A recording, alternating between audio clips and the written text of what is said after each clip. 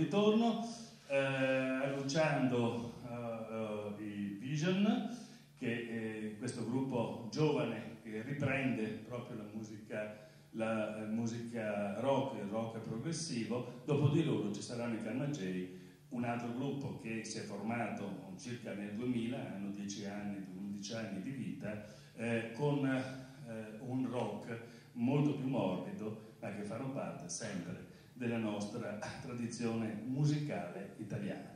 Quindi, rifacendo l'operazione al contrario e rimettendo a posto il microfono, signore e signori, i Vision. Cominciamo questa serata con il primo pezzo, Waterfall.